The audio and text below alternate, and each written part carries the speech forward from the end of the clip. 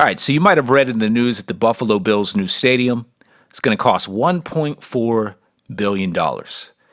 And just as this is nothing new, the public, the taxpayer, is going to pay for $800 million of it. So my question is really, why have a billionaire, or any individual for that matter, own a sports team?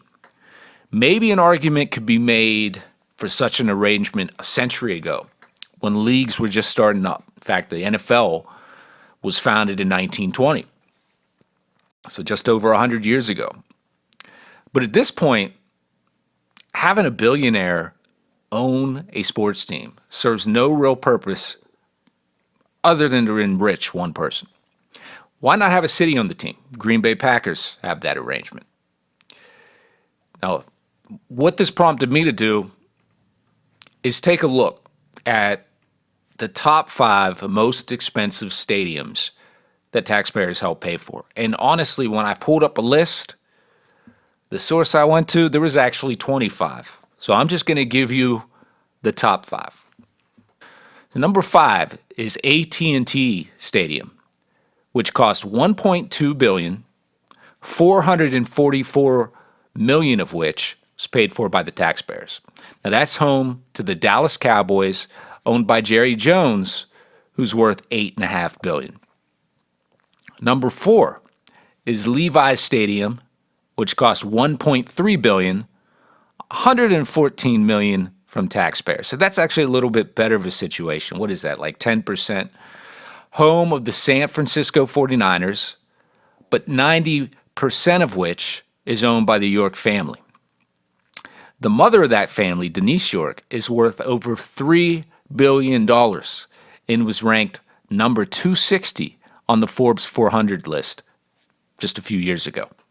So, I mean, really, you're worth $3 billion, and yet you need over $100 million from taxpayers for a stadium for a sports team that you own. Doesn't make sense to me. Number 3, Mercedes-Benz Stadium, $1.5 billion, $200 million from taxpayers, home to the Atlanta Falcons. The team is owned by Arthur Blank, who's worth $4.3 billion. $4.3 billion. Number 2, Las Vegas Stadium, $1.9 billion, $700 million of which came from taxpayers. That's home to the Las Vegas Raiders, owned by Mark Davis, reportedly one of the least wealthiest owners, though, with just $500 million net worth. Number 1, Yankee Stadium, $2.3 billion, $600 million of which came from taxpayers. That's obviously home to the New York Yankees, owned by Hal Steinbrenner, the son of former owner George Steinbrenner, also the guy that was imitated,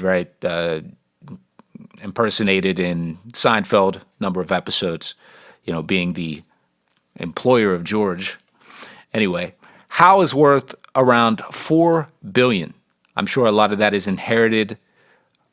And just, the sheer amount, $600 million. Think of the things that $600 million could go to in New York City. So anyway, the source for my top 5 is thesportster.com. Here's some other points. Here's what I, as an idealist, would have done with money if I had any power in cities. Right? Instead of having billionaires own sports teams, if we had an arrangement where the city owned the team and you have a board of directors, management, etc., that are voted in by the taxpayer and the voters, think of the things that you can do. You can invest in education. You can invest in public transportation. You can invest in infrastructure.